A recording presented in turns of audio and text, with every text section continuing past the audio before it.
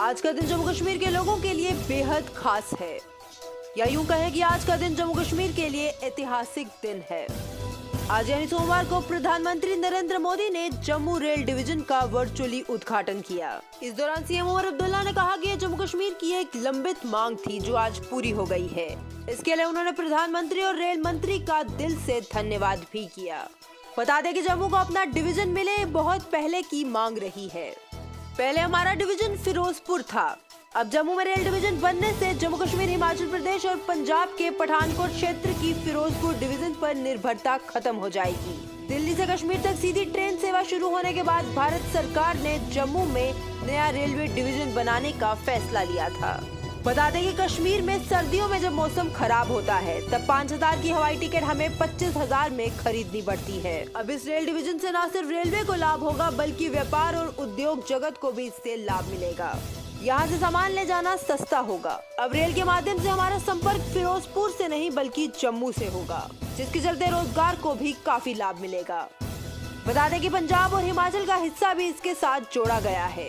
जम्मू कश्मीर के लोगों की लंबे समय से मांग थी कि जम्मू में रेल डिवीजन बने और आज प्रधानमंत्री नरेंद्र मोदी ने इस सपना भी पूरा कर दिया है।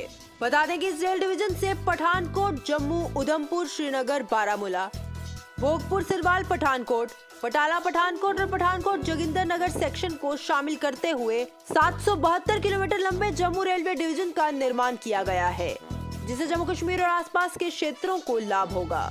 इससे भारत के अन्य हिस्सों में कनेक्टिविटी के साथ भी सुधार आएगा। इसके अलावा रोजगार के अवसर पैदा होंगे।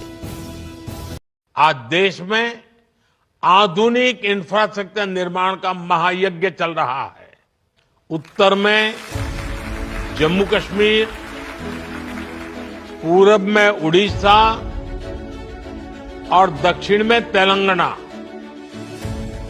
आज देश के एक बड़े हिस्से के लिए न्यू एज कनेक्टिविटी के लिहाज से बहुत बड़ा दिन है। उधमपुर, श्रीनगर, बारामूला रेल लाइन जम्मू कश्मीर को भारत के अन्य हिस्सों के साथ और बेहतरी से जोड़ देगी। इसी परियोजना के तहत दुनिया का सबसे ऊंचा railway arch bridge, Chenab bridge का काम पूरा हुआ है। जैसे जैसे रेलवे नेटवर्क का विस्तार हो रहा है उसी हिसाब से नए हेडक्वार्टर और डिवीजन भी बनाए जा रहे हैं।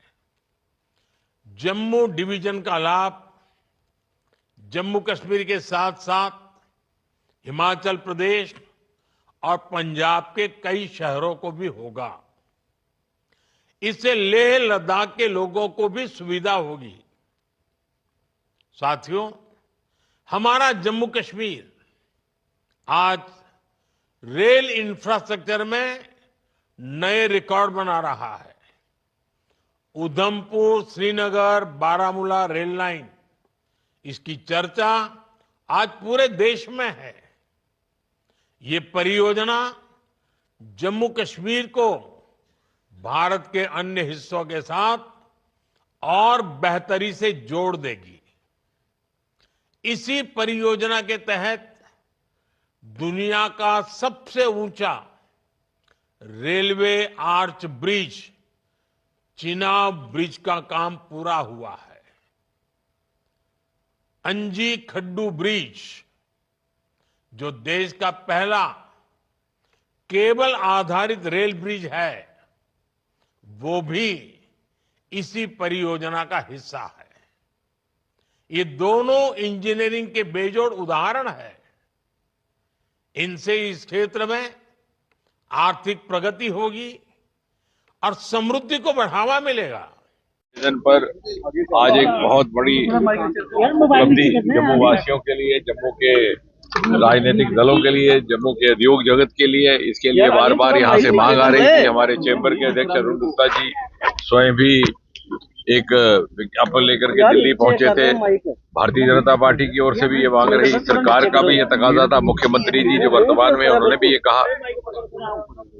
और ये भी हम ये ना भूलें कि पहली बार इसी स्थान पर, इसी रेल स्टेशन पर पहली रेलगाड़ी आज से लगभग 53 वर्ष पूर्व सन 1972 में आई थी। उसके बाद एक लंबा अंतराल रहा 50 वर्ष का।